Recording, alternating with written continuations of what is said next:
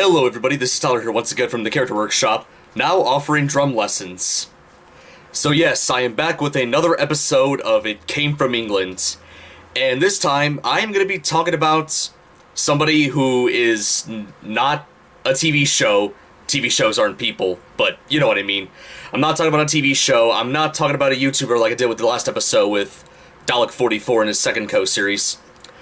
Today's going to be a first for It Came From England. I'm going to be talking about a musician.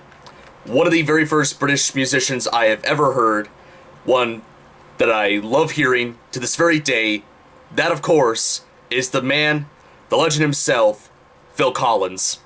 But this isn't going to be your typical It Came From England episode.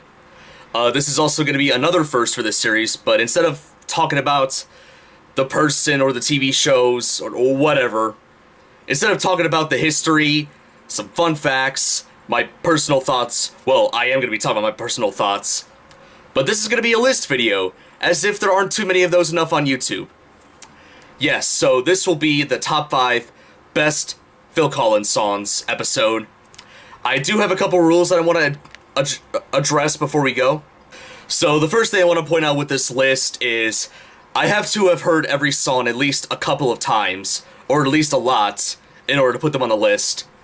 Number 2, not only am I going to talk about Phil Collins' solo career, but I'm also going to be mentioning some songs that he did when he was on Genesis. I may be breaking the rules a little bit here and there, but this is my list, I do whatever I want.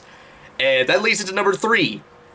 These songs, and where I place them on the list, are my personal opinion. You guys may disagree, there may be other songs you guys think are more worthy for being on the top 5, but this is just my personal opinion, so yeah, just pointing that out to you guys. But without further ado, let's get on to number 5. I've lost my wife. I've lost my wife. So for the number 5 spot on this list will have to be Invisible Touch. Yes, that's right, I'm starting off with a Genesis song. I already told you guys that, but there will be a few Genesis songs on this list. Now, what do I like about this song? It's upbeat, it's catchy, and surprisingly very short. Like a lot of songs that were a part of Genesis or stuff that Phil Collins did in his solo career were normally pretty long, like 5 minutes or 4 minutes or so, but this one was only like 3.5 minutes, and I was kind of surprised by that. And also, this is one of the few times throughout the Genesis career that Phil Collins has stated positively about this song. Like he says he really enjoys it. Despite Genesis being a British band, it only reached number 15 in their country during the time that song came out, which is 1986. And here in America, it was actually number 1, and it was their only song to ever reach number 1 on the Billboard, so quite an interesting fact for you guys right there. I've lost my wife.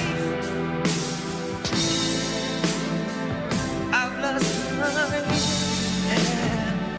Now for number 4, I will give it to I Don't Care Anymore from his album Hello, I Must Be Going. So this song is the exact opposite of Invisible Touch. While Invisible Touch was like upbeat and happy, I Don't Care Anymore was, more, I guess, depressing and dark, you can kind of say. It's mostly dark when you listen to the lyrics and, of course, listen to the chorus whenever Phil Collins himself says, I don't care anymore. And apparently, I didn't know about this until, making this video, but apparently this song was made because of his failed first marriage, and yeah, that's kind of what the lyrics are all about, so damn. Fun fact, this song was responsible for giving Phil Collins his first Grammy Award nomination for Best Male Rock Vocal Performance in 1984, but lost to Michael Jackson's Beat It. I've lost my wife. I've lost my wife. Number 3 is probably what a lot of people would consider to be Phil Collins' most well-known song, his signature song actually. That would be In the Air Tonight from his first solo album, Face Value. Now, some of you may criticize me for not putting this at number 1, but I just couldn't put the other 2 songs that he made both by himself and with Genesis, any lower. But I can definitely see why this is considered his most signature song. It's a great song. This song did reach the number 2 spots in the UK singles chart around the time this song came out, which is around 1981. But surprisingly in America, it only reached number 19. I'm kind of surprised by that. I guess Phil Collins didn't start becoming popular in America until after that song came out. Who knows? And of course, a lot of people know that song very well for the drum part near the very end of the song, the dum bum bum bum bum bum bum bum. And it's been described as the sleekest, most melodramatic drum break in history. And it's actually been considered one of the 101 greatest drumming moments ever. That is quite an accomplishment. Also, VH1 ranked this song at number 35 on their list of the 100 greatest songs of the 1980s. People love it. I love it as well. But not enough compared to the other 2 songs I'm going to be talking about right now. And one thing that I gotta mention before I move on to the number 2 spot, I love how when all of Phil Collins' solo albums got reissued in 2016, the cover was remade with how Phil Collins looks in the modern decade, which is the 2010s, and all these albums came out in the 80s. So it's nice to kind of see a comparison between the 80s Phil Collins and the Phil Collins of now. I love it. I've lost my wife. I've lost my yeah. Now for number 2, I would have to give that to Sussudio from the No Jacket Required album. So I have the same feeling for this song as I did with Invisible Touch. It's upbeat, it's catchy, and I listen to it every now and then. Like I listen to it more often than like a lot of other songs I listen to. Like this song and the number 1 spot on this list are the 2 Phil Collins works that I listen to the most on a regular basis. This song actually did reach number 1 on the US Billboard during that year that it came out, which is 1985. And it only reached around number 12 on the UK singles chart. Also, critics have kind of compared Sussudio. No, it's Sussudio, not... The chorus is, him, Phil Collins saying, Sussudio. I tend to get those confused. But anyways, critics have compared this song to Prince's 1999, and Collins himself says, yeah, I definitely see the similarities. And plus, Collins himself said he's a Prince fan, so... The guy's got some taste. I think I might be the only one here that thinks this, but does anybody else think that Phil Collins on the cover of No Jacket Required looks a little bit like how Chris Chan looked a decade ago? Am I the only one that thinks that? I think so.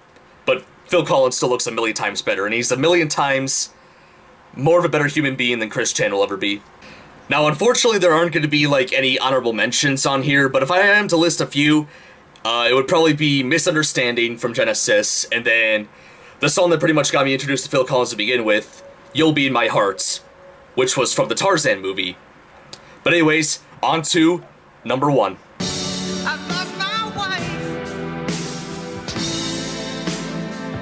I've lost my yeah. And the number 1 Phil Collins song, or at least song that involves Phil Collins, would be Land of Confusion from the album Invisible Touch. This song is one of my favorites in a lot of ways. It just sounds great.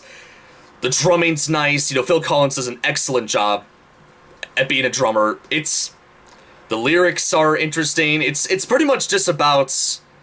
It kind of has more of a, I guess you kind of say, a political view to it compared to the other songs I talked about on this list, which I guess makes sense when you look at the music video for this song, which used puppets from a 1980s British political comedy show called Spitting Image, which, that music video, the Land of Confusion music video, got me introduced to pretty much Spitting Image.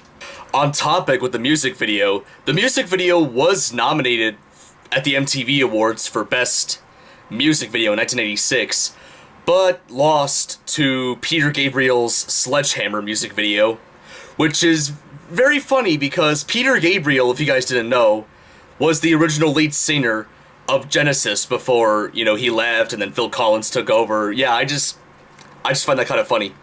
But yeah, I highly recommend watching the music video for Land of Confusion, the Genesis version, the one with the spitting image puppets. I know 20 years after the song came out, another band called Disturbed made their own version of Land of Confusion, like a cover of it, which I definitely think is, pretty good too, and the music video, so if you want to watch that one as well, feel free. But that is going to wrap up today's episode of It Came From England. Hopefully you guys enjoyed it. If you guys are fans of Phil Collins, what are some of your favorite songs by him? Whether it's his solo career or when he was a part of Genesis. Feel free to let me know in the comments down below. And stay tuned for more episodes of It Came From England to come. If you liked the video, feel free to give it a like. Hit subscribe if you want to see more episodes of It Came From England, or just mediocre plush content in general. And also feel free to comment. And yep, that's about it. This is Tyler here from the Character Workshop, signing out. And next episode, you've heard me talk positively about Thomas and Friends. You've heard me talk positively about Mr. Bean, the Trapdoor, and Phil Collins. You've even heard me talk positively about Dalek 44 and Second Co., a series where Doctor Who monsters collaborated with this character. But next episode, prepare to hear a little bit more negativity from me. So hold on to your tails, because we are going to travel places. As you